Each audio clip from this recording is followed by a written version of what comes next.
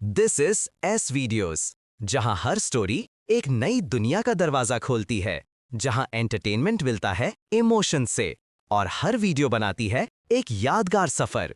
Welcome to the world of creativity. Welcome to S videos. ये video सिर्फ education और entertainment purpose के लिए बनाया गया है। वीडियो में इस्तेमाल की गई सारी मटेरियल्स, इमेजेस और ऑडियो उनके रिस्पेक्टिव ओनर्स के अधिकार में हैं। हम किसी भी कॉपीराइटेड कंटेंट को क्लेम नहीं करते। आर्यन दवा लेकर सो गया था। अनाया जानती थी कि उसके पास वक्त कम है। अगर ब्लैकमेलर दोबारा कॉल करेगा तो उन्हें तैयार रहना होगा। अनाया चुपके से स्टडी रूम में गई, वही कमरा जहां पहले उसे घुसने पर डांट पड़ी थी, लेकिन आज वो मालकिन के हक से वहां थी। उसने 5 साल पुराने रिकॉर्ड्स खंगालना शुरू किया। आर्यन ने बताया था कि उस एक्सीडेंट के बाद उसके पिता के मैनेजर मिस्टर खुराना ने सब कुछ संभाला था। पुलिस, बॉडी, गवाह, सबको खुराना ने मैनेज किया था। और फिर अचानक खुराना ने नौकरी छोड़ दी थी। अनाया ने धूल भरी फाइलें खोलीं। उसे एचआर रिकॉर्ड्स में मिस्टर खुराना का पता मिला, लेकिन वो पता 5 साल पुराना था। तभी अनाया की नज़र अकाउंट्स की एक डायरी पर पड़ी। एक्सीडेंट की तारीख के 2 दिन बाद कंपनी के खाते से 50 लाख रुपए नकद निकाले गए थे।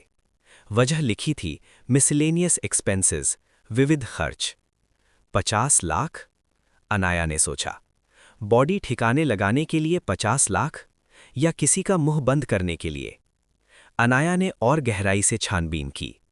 उसने देखा कि खुराना के रिटायरमेंट के बाद भी हर महीने उनके खाते में रायचंद ट्रस्ट से एक छोटी रकम पेंशन के नाम पर जाती है। Got it. अनाया की आंखों में चमक आ गई। पैसे का निशान कभी नहीं मिटता। अगर मुझे पता चल जाए कि ये पैसा किस बैंक ब्रांच में जा रहा है, तो खुराना का नया पता मिल जाएगा। अनाया ने तुरंत उस बैंक मैनेजर को फ़ोन लगाया। पिछले जन्म में वो इस बैंक की प्रीमियम कस्टमर थी, इसलिए वो जानती थी कि जानकारी कैसे निकलवानी है। हेलो मिस्टर शर्मा, मैं मिसेज आर्यन रायचंद बोल रही हूँ। हमारे एक पुराने एम्प्लॉई मिस्टर खुराना की पेंशन में कुछ दिक्कत आ रही है। क्या आप बता सकते हैं कि उनका करंट एड्रेस क्या है, ताकि हम चेक भेज सकें? उधर से कुछ देर बाद जवाब आया। अनाया ने एक कागज़ पर जल्दी जल्दी पता नोट किया। पता मुंबई का नहीं, बल्कि लोनावाला के एक ओल्ड एज होम, वृद्धाश्रम का था। अनाया ने फ़ोन रखा। मिस्टर खुराना, आप छिप सकते हैं, लेकिन अनाया से नहीं। अब मुझे पता चलेगा कि उस रात सिमरन की बॉडी के साथ क्या हुआ था। खुराना के पास जाने से पहले अनाया को एक और चीज़ कंफर्म करनी थी। उसे ये देखना था कि क्या विक्रम इस एक्सीडेंट के बारे में कुछ जानता है। क्या वो सच में अपनी बहन के गम में है, या ये सब उसका नाटक है। दोपहर को अनाया तैयार हुई। उसने एक बेहद स्टाइलिश बिजनेस सूट पहना। वो अब डरी हुई पत्नी नहीं, बल्कि रायचंद इंडस्ट्रीज की पावरफुल लेडी लग रही थी। उसने सीधे विक्रम के ऑफिस का रुख किया। विक्रम अपने केबिन में बैठा अपनी जीत का जश्न मना रहा था। उसे लगा था आर्यन ब्लैकमेलर से डरकर डिप्रेशन में होगा। तभी उसकी सेक्रेटरी ने कहा, सर, मिसेस अनाया रायचंद आई हैं। विक्रम हैरान हुआ। अनाया? यहाँ? भेजो उसे। अनाया अंदर आई। विक्रम उसे देखकर मुस्कुराया। अरे अनाया डार्लिंग, क्या रास्ता भूल गई, या आर्यन ने घर से निकाल दिया? अनाया ने बिना कुछ कहे विक्रम के सामने कुर्सी खींची और बैठ गई। रास्ता तो तुम भूल गए हो विक्रम, अनाया ने आत्मविश्वास से कहा। मुझे लगा था तुम बिजनेस में आर्यन को हराने की कोशिश करोगे, लेकिन सुना है तुम अब इतिहास यानी हिस्ट्री में ज़्यादा दिलचस्पी ले रहे हो। विक्रम की मुस्कान थोड़ी फीकी पड़ी। क्या मतलब? अनाया ने उसकी आंखों में सीधे देखते हुए कहा, मैंने सुना है तुम अपनी बहन सिमरन को बहुत याद करते हो। बेचारी विदेश पढ़ने गई और वहीं सेटल हो गई, कभी आती नहीं। विक्रम का चेहरा सख्त हो गया। उसकी आंखों में एक अजीब सा डर और गुस्सा दिखाई दिया। उसने अपनी पेन को जोर से मेज पर पटका। मेरी बहन के बारे में बात मत करो अनाया, ये मेरा निजी मामला है। अनाया ने विक्रम के हाव भाव नोट किए। अगर सिमरन का एक्सीडेंट हुआ होता और विक्रम को नहीं पता होता, तो वो दुखी होता। अगर उसे पता होता कि आर्यन ने मारा है, तो वो गुस्सा होता। लेकिन वो डरा हुआ क्यों था? अनाया उठी और टेबल पर झुक गई। निजी तो बहुत कुछ है विक्रम, जैसे 5 साल पहले की वो बारिश वाली रात, जब कुछ खोया था और कुछ पाया गया था। खैर, मैं तो बस ये कहने आई थी कि आर्यन अब डरता नहीं है। जो ब्लैकमेलर अपनी बिलों में छिपे हैं, उनसे कह देना, शिकार अब शिकारी बन गया है। अनाया ने अपना चश्मा पहना और शान से केबिन से बाहर निकल गई। पीछे विक्रम पसीने से तरबतर बैठा था। उसने तुरंत अपना फ़ोन उठाया और किसी को कॉल किया। हेलो, प्लान बदलना होगा। अनाया को शक हो गया है। वो कुछ ज़्यादा ही जानती है। इससे पहले कि वो खुराना तक पहुंचे, उसे रोकना होगा। अनाया केबिन के बाहर खड़ी थी। उसने अपने पर्स में छिपा एक छोटा सा ब्लूटूथ बग विक्रम की केबल के नीचे चिपका दिया था। वो बाहर खड़ी होकर अपने ईयरफोन में विक्रम की बातें सुन रही थी। खुराना, अनाया ने सुना। तो विक्रम भी खुराना को जानता है। इसका मतलब आर्यन निर्दोष है। उसे फंसाया गया था। अनाया के चेहरे पर विजय की मुस्कान थी, लेकिन वो नहीं जानती थी कि विक्रम ने उसे रोकने का आदेश दे दिया है। लोनावला का रास्ता अनाया के लिए आसान नहीं होने वाला था। रायचंद मैंशन में सुबह की धूप खिली थी, लेकिन माहौल में तनाव था। अनाया ने 2 छोटे बैग पैक कर लिए थे। उसने जानबूझकर घर में ये खबर फैला दी थी कि आर्यन की चोट की वजह से वे लोग कुछ दिन हवा पानी बदलने के लिए लोनावाला के फार्म हाउस जा रहे हैं। रिया सीढ़ियों के पास खड़ी होकर उन्हें जाते हुए देख रही थी। उसकी आंखों में जलन थी। अरे वाह दीदी, रिया ने ताना मारा। पति को चोट लगी है और आप उन्हें हनीमून पर ले जा रही हैं, या फिर शहर से भागने का कोई और कारण है? अनाया ने अपना सनग्लासेस पहना और मुड़कर रिया को देखा। रिया, डॉक्टर ने आर्यन को स्ट्रेस से दूर रहने को कहा है, और इस घर में तुमसे बड़ा स्ट्रेस और कोई नहीं है, इसलिए हम जा रहे हैं। घर का ख्याल रखना, और हाँ, मेरे कमरे में झांकने की कोशिश मत करना। अनाया ने आर्यन का हाथ पकड़ा और उसे कार तक ले गई। चूंकि आर्यन का बायां कंधा घायल था, इसलिए ड्राइविंग सीट पर अनाया बैठी। जैसे ही कार गेट से बाहर निकली, आर्यन ने पूछा, अनाया, क्या ये सुरक्षित है? अगर ब्लैकमेलर को पता चल गया कि हम शहर छोड़ रहे हैं तो? अनाया ने रियर व्यू मिरर में देखा। आर्यन, शहर में रहना ज्यादा खतरनाक है। मैंने विक्रम की बातें सुनी हैं। वो खुराना को हम तक पहुंचने से रोकना चाहता है। इसका मतलब खुराना के पास वो चाबी है जो आपकी हथकड़ियां खोल सकती है। Car Mumbai Pune express way पर दौड़ने लगी। सफर खामोश था, लेकिन दोनों के दिलों में तूफान चल रहा था। अनाया का पूरा ध्यान सड़क पर था, जबकि आर्यन बार बार पीछे देख रहा था। उसे हर गाड़ी पर शक हो रहा था। तभी अनाया के फोन पर एक अनजान नंबर से मैसेज आया। उसने गाड़ी चलाते हुए एक नज़र उस पर डाली। मैसेज में लिखा था, लौट जाओ मिसेज रायचंद, आगे मौत इंतजार कर रही है। अनाया ने आर्यन को मैसेज नहीं दिखाया। उसने चुपचाप फोन अपनी गोद में रख लिया और एक्सीलरेटर पर पैर का दबाव बढ़ा दिया। मौत से कह दो, आज मेरा अपॉइंटमेंट नहीं है, अनाया ने खुद से कहा। लोनावाला के घाट शुरू हो चुके थे। पहाड़ी रास्ता, एक तरफ गहरी खाई और दूसरी तरफ पहाड़।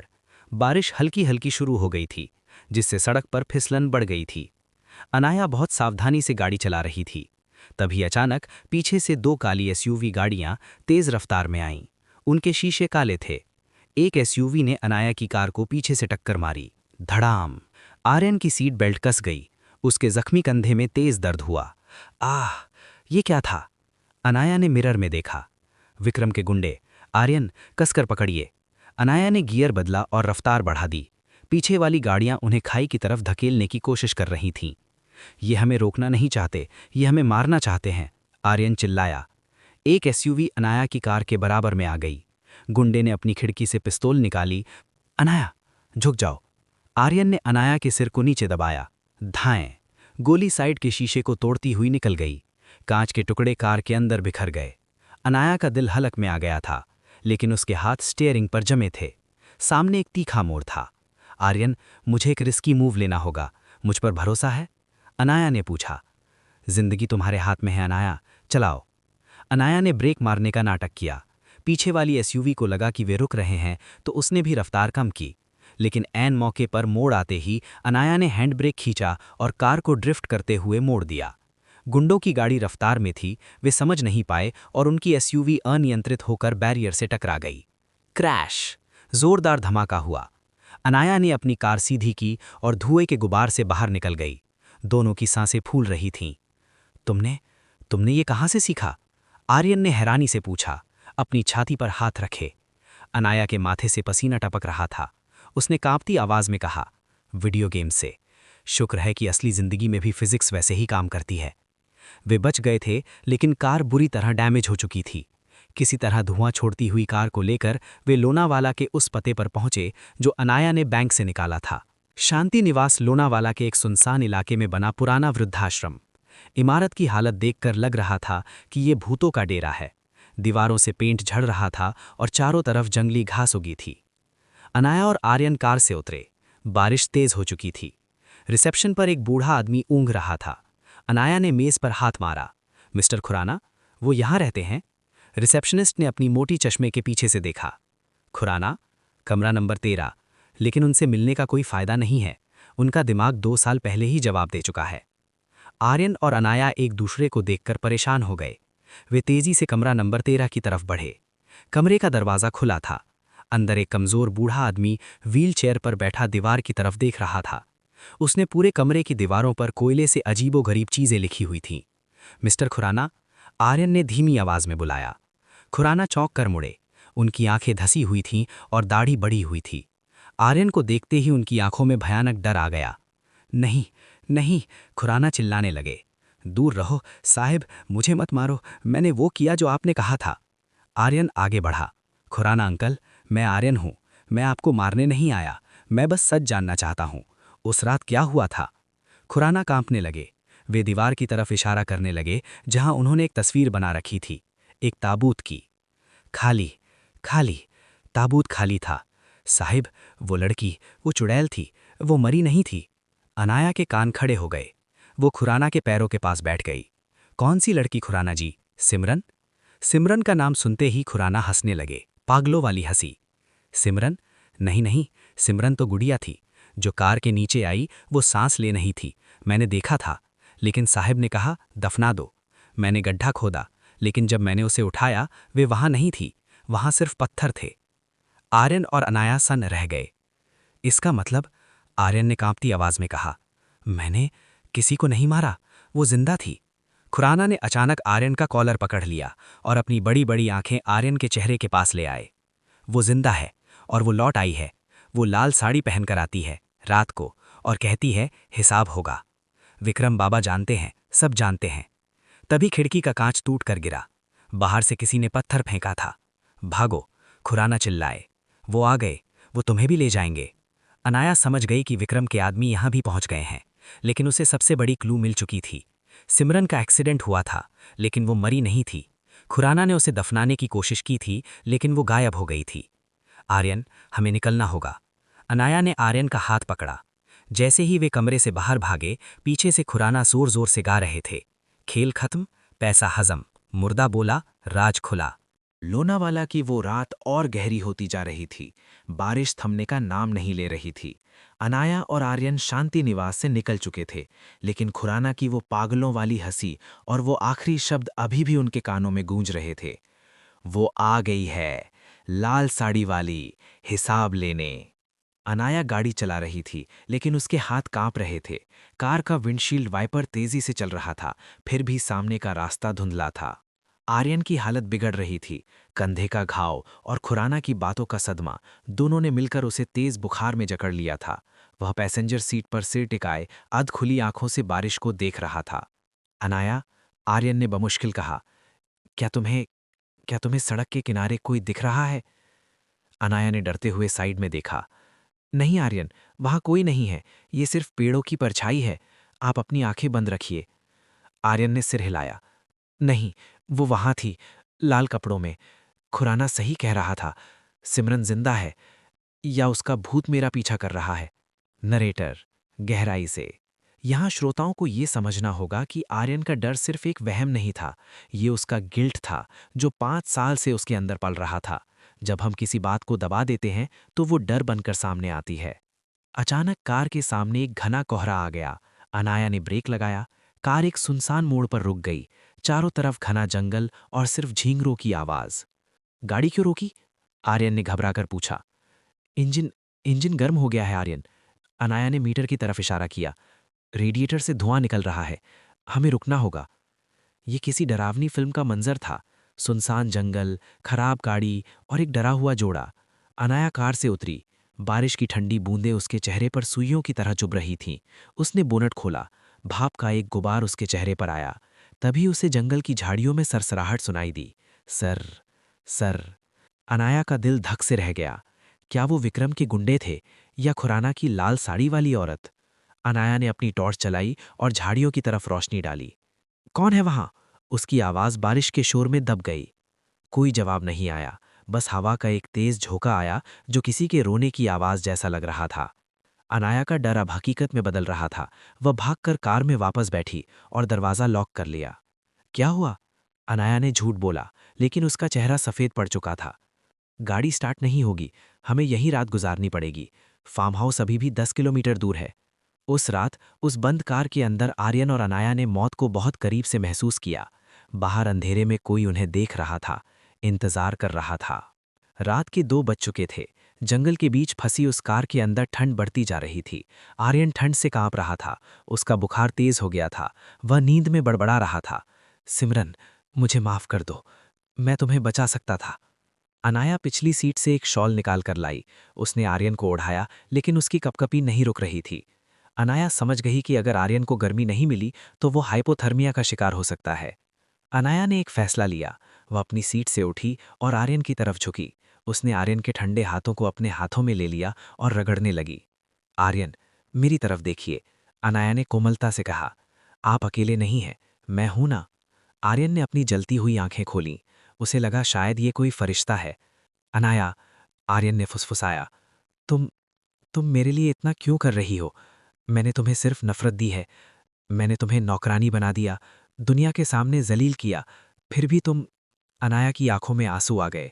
वह कैसे बताए कि ये सिर्फ इस जन्म का प्यार नहीं है? क्योंकि नफरत करना आसान है आर्यन, लेकिन साथ निभाना मुश्किल। अनाया ने उसके माथे पर गीला कपड़ा रखते हुए कहा, और मैं मुश्किल काम ही चुनती हूँ। आर्यन ने धीरे से अपना हाथ उठाया और अनाया के गाल को छुआ। उसका स्पर्श गर्म था। शायद शायद मैं गलत था। सिमरन मेरा अतीत थी, लेकिन तुम शायद मेरा। वह अपना वाक्य पूरा नहीं कर पाया और फिर से बेहोश हो गया, लेकिन वो अधूरा वाक्य अनाया के दिल में घर कर गया। नरेटर, इस छोटे से पल ने उनके रिश्ते की परिभाषा बदल दी थी। बाहर तूफान था, लेकिन कार के अंदर एक अजीब सी शांति थी। अनाया ने आर्यन को अपने सीने से लगा लिया ताकि उसके शरीर की गर्मी आर्यन को मिल सके। ये सिर्फ रोमांस नहीं था, ये एक पत्नी का समर्पण था। लेकिन अनाया नहीं जानती थी कि जिस लाल साड़ी वाली औरत से वो डर रहे थे, वो असल में उनके बहुत करीब पहुंच चुकी थी। कार की पिछली खिड़की पर बाहर से एक हाथ का निशान उभरा, जैसे किसी ने कीचड़ सने हाथ से कांच को छुआ हो, और उस हाथ में लाल रंग की चूड़ियां थीं। सुबह की पहली किरण के साथ बारिश रुक गई। अनाया की आंख खुली। उसने देखा कि आर्यन का बुखार उतर चुका था और वह गहरी नींद में था। अनाया ने राहत की सांस ली, लेकिन जब उसकी नज़र पिछली खिड़की पर पड़ी तो उसकी सांस अटक गई। कांच पर वो कीचड़ वाला हाथ का निशान। हे भगवान, तो वो वहम नहीं था, कल रात सच में कोई यहाँ था। अनाया का दिल जोरों से धड़कने लगा। उसने आर्यन को नहीं जगाया। उसने दोबारा गाड़ी स्टार्ट करने की कोशिश की। शुक्र है इंजन ठंडा हो चुका था और गाड़ी स्टार्ट हो गई। वे बिना रुके सीधे रायचांद फार्म हाउस पहुंचे। ये फार्म हाउस लोनावाला के बाहरी इलाके में था, चारों तरफ ऊंचे पेड़ों से घिरा हुआ था। अंदर घुसते ही एक अजीब सी गंध आई, पुरानी किताबों और बंद कमरे की गंध। आर्यन अब थोड़ा बेहतर महसूस कर रहा था, लेकिन वह अभी भी कमजोर था। हमें यहाँ कोई नहीं ढूंढ पाएगा, आर्यन ने सोफे पर बैठते हुए कहा। यहाँ सिर्फ वफादार नौकर रामू काका आते हैं, और वो भी महीने में एक बार। अनाया ने किचन में जाकर आर्यन के लिए सूप बनाया, लेकिन जब वह सूप लेकर वापस आ रही थी तो उसकी नज़र लिविंग रूम की दीवार पर टंगी एक पुरानी पेंटिंग पर पड़ी। वह पेंटिंग आर्यन के कॉलेज के दिनों की थी। उसमें आर्यन, विक्रम और एक लड़की थी। लड़की ने लाल साड़ी पहनी थी और उसका चेहरा बिल्कुल वैसा ही था जैसा खुराना ने बताया था, सिमरन। अनाया पेंटिंग के पास गई। उसने सिमरन की आंखों को गौर से देखा। उन आंखों में एक अजीब सी गहराई थी, लेकिन जो चीज़ अनाया को खटकी वो थी सिमरन के गले का लॉकेट। वह लॉकेट आधे दिल के आकार का था। अनाया को झटका लगा। उसने अपनी याददाश्त पर जोर दाड़ा। ये लॉकेट मैंने कहीं देखा है। कहाँ देखा है? तभी उसे याद आया, रिया के पास बिल्कुल ऐसा ही एक लॉकेट था जिसे वह हमेशा अपने पर्स में छिपा कर रखती थी। अनाया के दिमाग में हजारों सवाल कौंध गए। क्या रिया सिमरन को जानती थी? क्या विक्रम और रिया मिलकर कोई बड़ा खेल खेल रहे हैं? और सबसे बड़ा सवाल, क्या सिमरन और रिया के बीच कोई रिश्ता है? तभी पूरे फार्म हाउस की बत्तियां गुल हो गईं। Power cut. आर्यन, अनाया की आवाज दी। कोई जवाब नहीं। आर्यन, अनाया डर गई। वह टॉर्च ढूंढने लगी। अचानक उसके कंधे पर किसी ने हाथ रखा। अनाया चीख पड़ी और मुड़ी। वहां आर्यन नहीं था। वहां फार्म हाउस का पुराना केयरटेकर रामू काका खड़ा था, हाथ में एक मोमबत्ती लिए। उसका चेहरा झुर्रियों से भरा था और आंखें पथराई हुई थीं। मेन साहब, रामू काका ने भारी आवाज में कहा। यहाँ नहीं रुकना चाहिए था। इस घर में उनकी आत्मा भटकती है। अनाया ने डरते हुए पूछा, किसकी आत्मा? रामू काका ने मोमबत्ती की लौ को घूरते हुए कहा, वो जो 5 साल पहले यहाँ आई थी लेकिन कभी वापस नहीं गई। रायचंद फार्म हाउस के उस पुराने लिविंग रूम में मोमबत्ती की लौ फड़फड़ा रही थी। बाहर तूफान का शोर था, लेकिन अंदर रामू काका के शब्दों ने एक अलग ही बवंडर खड़ा कर दिया था। अनाया रामू काका के सामने खड़ी थी। उसकी परछाई दीवार पर लंबी और डरावनी लग रही थी। काका, अनाया ने अपनी आवाज को सख्त लेकिन शांत रखते हुए पूछा, आप होश में तो हैं? आर्यन को याद है कि एक्सीडेंट मुंबई में हुआ था। वो बारिश की रात थी, उनकी कार थी और लड़की सड़क पर थी। आप क्यों कह रहे हैं कि वो यहां आई थी? रामू काका डरते डरते इधर उधर देखा, जैसे दीवारों की भी कान हो।